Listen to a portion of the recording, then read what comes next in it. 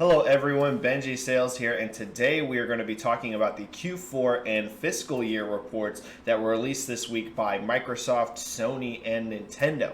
Now, why is this important? Well, it means we have a bunch of new updates in regards to some hardware numbers, some software numbers, and some forecasts about the coming year ahead, so we can get a good idea of what direction these companies feel they are taking their businesses. Now, I don't want this video to get super bogged down in a bunch of profit and revenue numbers because frankly, a lot of people don't find that interesting. But if you want to take a deep dive into the financial reports, they are all available online and you can find them very easily. Now, I am more going to just be talking about what I felt was good here, what I felt was bad, and everything in between. And at the end of the video, I'm also going to give a letter grade to each of these companies and declare a winner who I thought had the absolute best last year. Now, I'm going to go over these in the order that they were released. So first, let's talk about Microsoft and Xbox. So looking at Microsoft's earnings, the one major takeaway is that the company as a whole is performing absolutely insane. They're now valued at over $1 trillion. But if you're watching this video, you really want to know, how is Xbox and Microsoft's gaming division performing? Now, this is the least detailed report of the three that we get, unfortunately. That's pretty common for Microsoft on their earnings reports. They don't give us a ton of super deep details, but there is some stuff worth breaking out and talking about. First of all, Xbox Live users are now up 7% year over year to 63 million. Now, this is going to include people on PC as well as mobile, so it's important to note this is not just people on Xbox consoles. But as Microsoft moves their business plan away from just saying, hey, you can only access Xbox games and services from an Xbox system, it's important to see that those Xbox Live users are growing. You want to see that if it's going to be worth the kind of investment that they're putting there. The other major highlight and what I think is the biggest win of these earnings is that software and services has grown 12% year over year.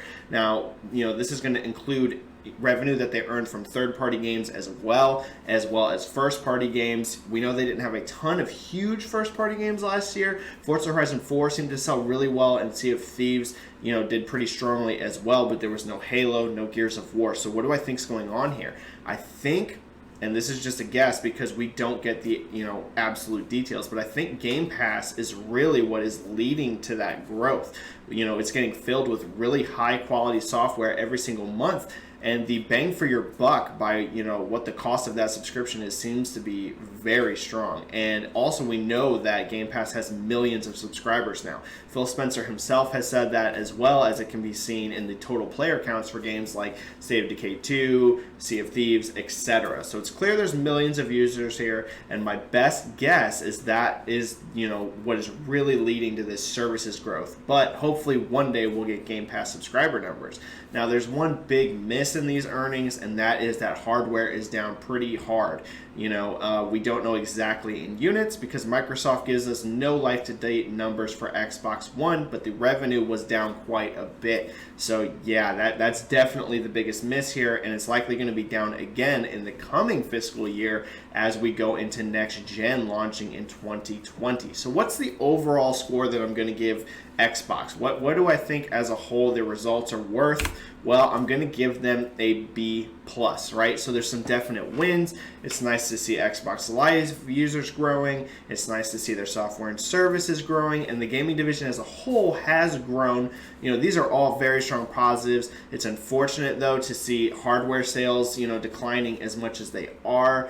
And also, while Xbox Live users are growing, I think that hopefully that could be a little bit higher, especially, with their games appearing on PC. So this is a good score, B+, solid performance from them. This is just the Xbox and gaming division performance. This is not the company as a whole. Next up, let's talk Nintendo, and we actually got a lot more details here, so a lot to talk about. Let's start off with the good. So their revenue generated this last year was their highest levels since 2010, so incredible revenue results. Their profit was the highest that it has been in years, and in terms of software, they are just absolutely destroying. Super Smash Bros. Ultimate has passed 13 million copies, and it's now the best-selling fighting game of all time. Splatoon PlayStation 2 is over 8 million. Super Mario Brothers U Deluxe is already over 3.5 million, and that game sold 5 million on the Wii U. So it's going to pass that lifetime. And even a game like Yoshi, which just launched, is already over 1 million copies sold. So their software is absolutely staggering the results. I mean, they are just blowing it out of the park. So revenue's great, software's great, profit's great. Where's the misses? Well, here it is, and it's a big one. So they shipped 16.95 million Switches last year, and that has brought the total sell-through up to, or shipped, I should say, up to over 34 million consoles. Now, that's a great number, right? Almost 17 million consoles shipped. That's an incredible result, but it's actually a miss of their forecast. They projected that they were going to ship 17 million consoles this year. They barely missed it, and that's a revised down from their original goal of wanting to ship 20 million. So you cannot project that high, revise down, and still miss and be declared, be seen as a really big win there. So despite what really should be a good hardware result, when you're setting expectations that high, that is going to definitely be a miss. So what am I going to score Nintendo overall here? I'm going to give them an A-. So, despite that miss on hardware, which is a big one, their software is insane, their profit is amazing, and their revenue is awesome. So, that miss is going to keep them from an A+. Had hardware been, let's say they would have done over 17 million, they would have done 17.5, 18 million consoles, I would have given them an A+, just because everything else is so on fire for the Switch. But I cannot give them that A+ with that hardware miss. Now, they're projecting next year that they're going to ship 18 million consoles, which is up year over year from this year's performance. And I think that 18 million is a tad conservative. I think they're going to actually do 18.5, 19 million next year. I don't know if they'll hit 20 million, but I do expect them to be over 18 million. So I think that's a conservative projection, but I think that's smart after taking the hardware miss that we saw this year. So yeah, final score, a very solid A-.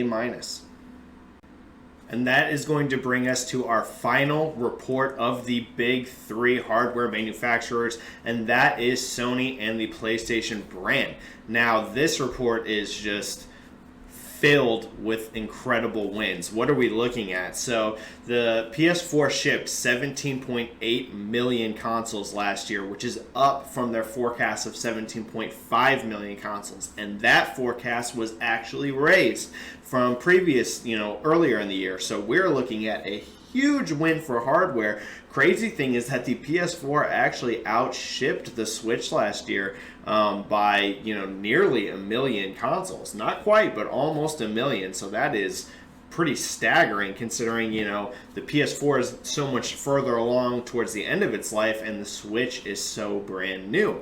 So that is incredible. This PS4 is now sitting at nearly 97 million consoles. So we are about to pass 100 million. It's only going to be a few more months before we get to 100 million PS4 shipped. So huge win in hardware. And software, we saw them ship over 257 million units, which is a new record for the PlayStation brand, period. It beat the record that was set by the PS2. So the biggest year ever in PlayStation software. PSN is absolutely destroying and killing it. Profit for the gaming division is up 75%. I mean, wow, that is just unbelievable. We finally got some PS Now figures, which is 700,000 subscribers. Now, it's a 40% annual growth, so the growth is good, but that overall subscriber number is still low. So what that is showing you is that while streaming, is something that's joining the market, it is going to help expand the market, it's still fairly niche, right? You're looking at nearly 100 million consoles out there and only 700,000 subscribers. So, still a long way to go in terms of our streaming future, quote, quote, that Stadia and other, things are trying to push. So what is my overall opinion? What's going to be my final score on PlayStation and Sony's results? Well, folks, I'm going to do it. They're going to get the A+. That's right. They are going to get a big, fat A+. These are incredible results. These are amazing. I mean, software is nuclear, hardware is beating forecasts, which is beating their forecast before that. I mean, it's hard to get better results. It is honestly hard. It's hard to imagine a console this late in its life performing any better than this. So big, fat A plus going to Sony and the PlayStation. I think they had the best fiscal year last year. They are my big winner of last fiscal year. And that's going to do it for today's video, everyone. Thank you for joining me for a brief look at how, the big three console manufacturers performed last year. Overall, the main takeaway I want to give you is I do think all three did very well. You're not going to see that every year, so it is very refreshing to see, all three of the big players really have a good year last year. As always, I'm Benji-Sales. Follow me on Twitter at Benji-Sales. If you liked the video, please hit the like and the subscribe button. It helps me out and the channel a whole bunch. And go into the comments and let me know. Do you agree with me that Sony had the best year last year? Do you think that they deserved that A+? Do you think that I scored somebody else too low or, a little bit too high? Feel free to let me know. I'll jump in and join the discussion down in the comments. As always, I will see you in the next video.